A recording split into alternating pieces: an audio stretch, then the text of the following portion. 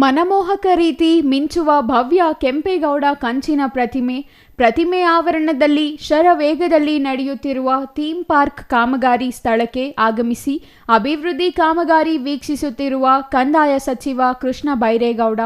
ಹೌದು, ದೇವನಹಳ್ಳಿ ಬಳಿಯ ಕೆಂಪೇಗೌಡ ಅಂತಾರಾಷ್ಟ್ರೀಯ ವಿಮಾನ ನಿಲ್ದಾಣದ ಸಮೀಪ ಈ ಹಿಂದೆ ಬಿಜೆಪಿ ಸರ್ಕಾರದ ಅವಧಿಯಲ್ಲಿ ಕೆಂಪೇಗೌಡರ ಕಂಚಿನ ಪ್ರತಿಮೆ ಲೋಕಾರ್ಪಣೆಗೊಂಡಿತ್ತು. ಪ್ರತಿಮೆ ಲೋಕಾರ್ಪಣೆ ವೇಳೆ ಸ್ವತಃ ಪ್ರಧಾನಿ ನರೇಂದ್ರ ಮೋದಿ ಅವರೇ ಕಾರ್ಯಕ್ರಮಕ್ಕೆ ಬಂದು ಪ್ರತಿಮೆ ಲೋಕಾರ್ಪಣೆ ಮಾಡಿದ್ದರು. 108 ಅಡಿ ಎತ್ತರದ ಕಂಚಿನ ಕೆಂಪೇಗೌಡರ ಪ್ರತಿಮೆ ಆವರಣದಲ್ಲಿ ಥೀಮ್ ಪಾರ್ಕ್ ಮಾಡಲು ಅಂದಿನ ಸರ್ಕಾರ ಕಾಮಗಾರಿ ಕೈಗೊಂಡಿತ್ತು. ಜೊತೆಗೆ 6 ತಿಂಗಳಲ್ಲಿ ಥೀಮ್ ಪಾರ್ಕ್ ಕಾಮಗಾರಿ ಪೂರ್ಣಗೊಳಿಸುವ ಭರವಸೆ ಅಂದಿನ ಸರ್ಕಾರ ನೀಡಿತ್ತು. ಆದರೆ ಚುನಾವಣೆ ನಂತರ ಥೀಮ್ ಪಾರ್ಕ್ ಕಾಮಗಾರಿ ವರ್ಕ್ ಆರ್ಡರ್ ಆಗಿರಲಿಲ್ಲ. ಇದೀಗ ಥೀಮ್ ಪಾರ್ಕ್ ಕಾಮಗಾರಿ ಬೇಗ ಮುಗಿಸಲು ಕಂದಾಯ ಸಚಿವ ಕೃಷ್ಣ ಬೈರೇಗೌಡ ಸ್ವತಃ ಏರ್ಪೋರ್ಟ್ಗೆ ಆಗಮಿಸಿ ಕಾಮಗಾರಿ ವೀಕ್ಷಿಸಿ ಬೇಗ ಮುಗಿಸಲು ಅಧಿಕಾರಿಗಳಿಗೆ ತಾಕೀತು ಮಾಡಿದ್ರು. ಅಂದಹಾಗೆ 20 ಕೋಟಿ ವೆಚ್ಚದಲ್ಲಿ ನಿರ್ಮಾಣವಾಗುತ್ತಿರುವ ಥೀಮ್ ಪಾರ್ಕ್ ಕಾಮಗಾರಿ ಅಂದುಕೊಂಡಂತೆ ನಿಗದಿತ ಸಮಯಕ್ಕೆ ಪೂರ್ಣಗೊಂಡಿಲ್ಲ. ಕೇವಲ ಚುನಾವಣಾ ಸಮಯಕ್ಕೆ ಅಂದಿನ ಸರ್ಕಾರ ಆತುರದಲ್ಲಿ ಕೆಂಪೇಗೌಡರ ಪ್ರತಿಮೆ ಅನಾವರಣಗೊಳಿಸಿ ಥೀಮ್ ಪಾರ್ಕ್ ಕಾಮಗಾರಿ ಅರ್ಧದಲ್ಲಿ ಬಿಟ್ಟಿತ್ತು ಎನ್ನಲಾಗಿದೆ. ಕೆಂಪೇಗೌಡರ ಪ್ರತಿಮೆ ಆವರಣದಲ್ಲಿ ನಡೆಯುತ್ತಿದ್ದ ಕಾಮಗಾರಿ ವೀಕ್ಷಿಸಲು ಬಂದಿದ್ದ ಕಂದಾಯ ಸಚಿವ ಕೃಷ್ಣ ಬೈರೇಗೌಡ ಥೀಮ್ ಪಾರ್ಕ್ ಕಾಮಗಾರಿ ಇಂಚಿಂಚು ವೀಕ್ಷಿಸಿದ್ರು. ಕಾಮಗಾರಿ ತ್ವರಿತವಾಗಿ ಮುಗಿಸುವಂತೆ ಸಚಿವ ಕೃಷ್ಣ ಬೈರೇಗೌಡ ಅಧಿಕಾರಿಗಳಿಗೆ ತಾಕೀತು ನೀಡಿದ್ದು, ಮುಂದಿನ 4 ತಿಂಗಳಲ್ಲಿ ಥೀಮ್ ಪಾರ್ಕ್ ಪೂರ್ಣಗೊಳಿಸುವ ಭರವಸೆ ನೀಡಿದ್ರು. ಸಂಘಟನೆಗಳು ರೆಡಿ ಆಗ್ತಾ ಇದ್ದಾವೆ. ಇದ್ರ ಬಗ್ಗೆ ನೋಡಿ, ಈಗ ಎಲ್ಲವೂ ಕೂಡ ಸಮಾನಾಂತರ ಭಾಷೆಗಳು, ಎಲ್ಲ ದ್ರಾವಿಡ ಭಾಷೆಗಳು ಮೂಲ ಒಂದೇ. ಅದರಲ್ಲಿ ಯಾವುದು ಮೊದಲು ಯಾವುದು ಎರಡನೇದು ಅನ್ನುವಂಥದ್ದು ಇದು ಅವ್ರಿಗೆ ಶೋಭೆ ತರುವಂಥ ವಿಷಯ ಅಲ್ಲ.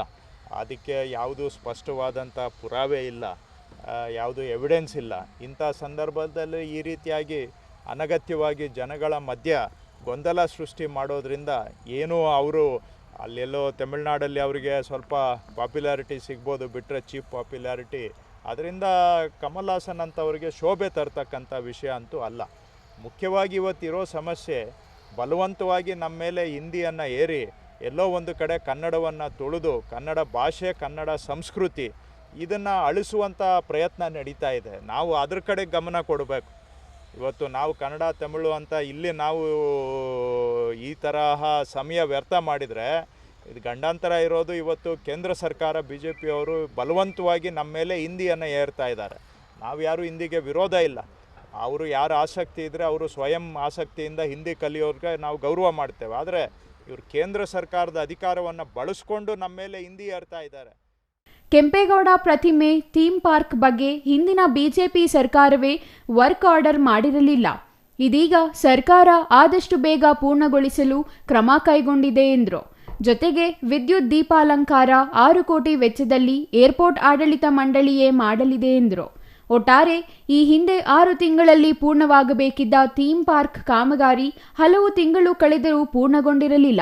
ಇದೀಗ ಕಾಮಗಾರಿ ವೇಗ ಪಡೆದುಕೊಂಡಿದ್ದು, ಮುಂದಿನ 4 ತಿಂಗಳಲ್ಲಿಯೇ ಕೆಂಪೇಗೌಡ ಏರ್ಪೋರ್ಟ್ನಲ್ಲಿ ಕೆಂಪೇಗೌಡರ ಪ್ರತಿಮೆ ಜೊತೆಗೆ ಥೀಮ್ ಪಾರ್ಕ್ ಕೂಡ ಪ್ರಯಾಣಿಕರು ಹಾಗೂ ಪ್ರವಾಸಿಗರಿಗೆ ಕಣ್ತುಂಬಿಕೊಳ್ಳಲು ಮುಕ್ತವಾಗಲಿದೆ. Satish Kumar ji, CTV news, Devanahalli.